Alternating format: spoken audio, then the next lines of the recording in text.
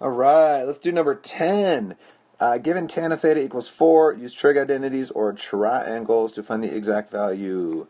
So let's draw a triangle, kind of like those last problems. So what do we know? We know that tan of theta equals 4. And maybe that looks like it's not enough information for you, but think of it as 4 over 1. So then tan is opposite over adjacent. So we get 4 and 1 right there. So we can Pythag 1 squared plus 4 squared equals c squared, the hypotenuse. So 1 plus 16 equals c squared, means c squared is 17, which means that the hypotenuse has to be the square root of 17 right there. So let's do A. A says secant squared of theta, which is notation that means take the secant function and square it. So if we can write down the expression for secant, then square it, we have our answer. So secant is hypotenuse over adjacent, so I get the square root of 17, the hypotenuse, divided by the adjacent side, which is 1, so it doesn't do anything to divide by it, but I'm squaring that because I'm doing secant squared. If you square a square root, you get what's inside, so I get 17. That's my first answer. Okay. What about B? Well, B is cotan of theta. So cotan of theta, if tan is opposite over adjacent, then cotan is adjacent over opposite. So I get the adjacent side, 1 divided by the opposite, 4. So I get my answer of 1/4.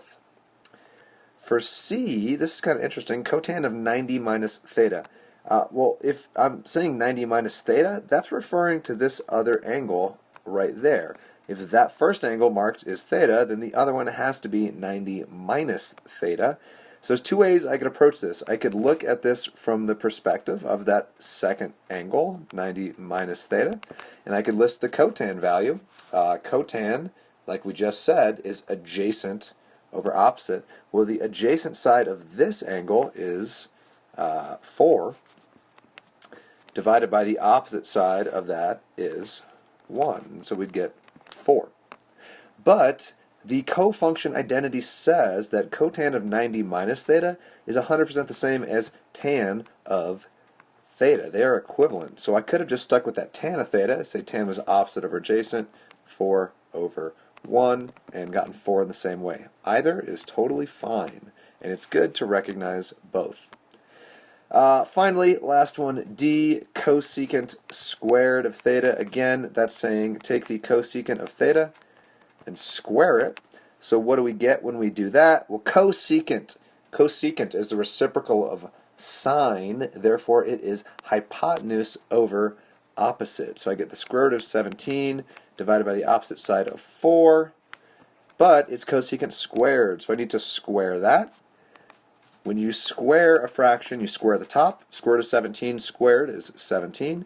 Divided by, square the bottom. 4 squared is 16. So I get 17/16 as my answer. There you go.